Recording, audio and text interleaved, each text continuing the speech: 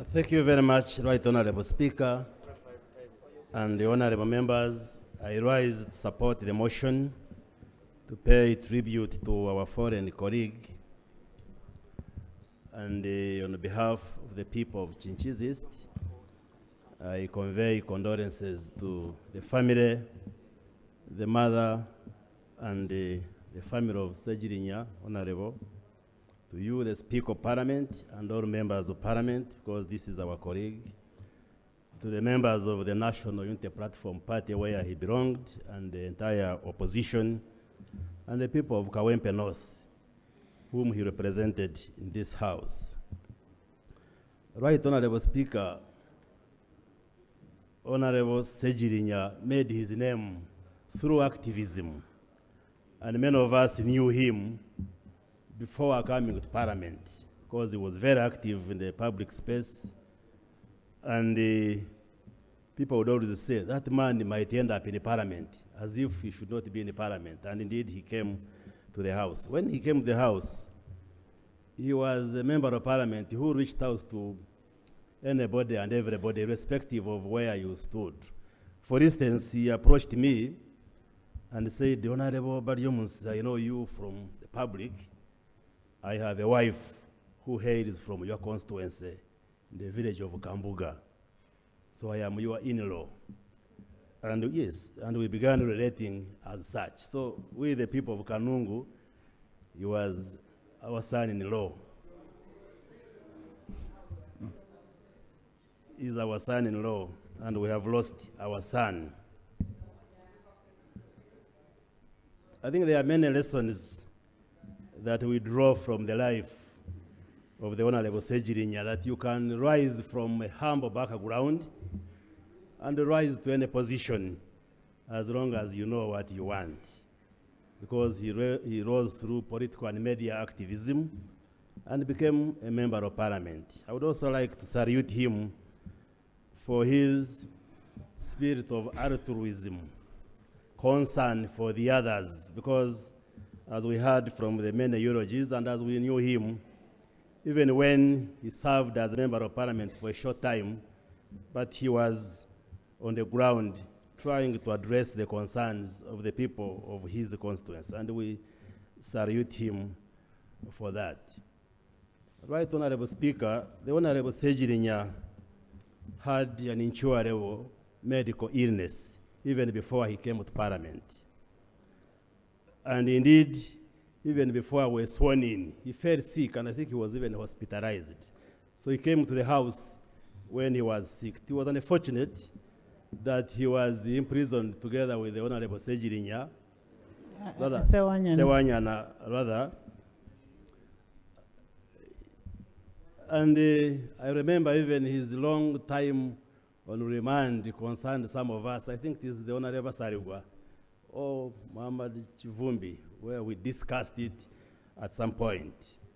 I also know that being in prison, it depressed him so much that at one point, he even refused to take medication until when we had to come in and counsel him as a medical doctor. So we're in touch with him, and we really feel sorry that he has died when he had not accomplished his assignment as a member of Parliament for the five years. Madam Speaker, allow me to make comments on some of the issues which have been raised in this debate. Many of them, I think we have time and space as members of Parliament to debate them, the nature of politics, human rights, all these issues. We have time to discuss them as members of Parliament, but probably allow me to speak on two issues, bail and bond. The President, the President, Yoweri Museveni, has an opinion that maybe bail should be denied on some offenses, as an opinion. But that opinion, I have heard him say, I will engage the Chief Justice to see whether maybe there can be practice directives or what. But this has not been translated into law. Honorable members, let's listen. An opinion is not law. Absolutely. This is what I'm saying. You That had your is- time to speak, I am now speaking. You see, the problem, Madam Speaker, that we have in this country is intolerance. We should be able to listen to each other. My view may not be the same as yours, but you should give me a chance to say what I want to say. And as we move forward, Madam Speaker, we should, as members of Parliament and political leaders, promote that culture of tolerance even when our views are different. So on that issue of bail, it's an opinion that he has been holding, but if it was to be so at the end, it will come here, either through amendment of the Constitution or the laws. And I don't think any judicial officer currently is debated to fail to make a decision, because the law still gives judicial officers discretion to decide on matters of bail when cases are before them. So a judicial officer worth his name should be able to make a judgment, make a decision depending on the case before him or her. And I'm sure the lawyers in this House agree.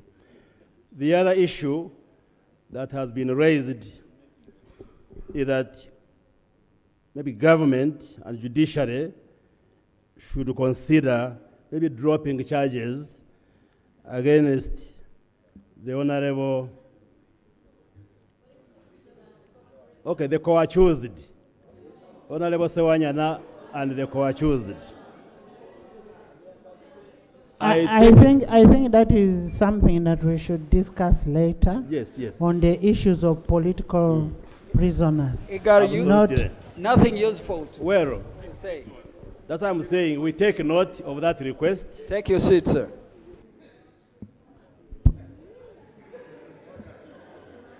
You know, that Doctor, you finish? Switch on, switch on. I will convey this to the Attorney General to have an engagement with the judiciary. We have taken note of that concern raised by the members of Parliament. I think we Lastly, should also have a date when we shall Absolutely. discuss the issue of the political prisoners. Okay. Let's have a date and We shall have a discuss. debate on even whether that terminology is correct of political prisoners, but that will be for another day. Lastly, Madam Speaker, like I said, the Honorable Ssegirinya had a wife from my constituency. I am not very sure of the children the wife has, but I also, as a member of Parliament for Chinchills East, take up one of the children, Thank you, thank for you, support the child for her his or her thank education. you, thank you. I thank you very much. May Thank his soul you. rest in eternal peace. Thank you so much. Honorable members, Honorable Ssegirinya has fought a good fight.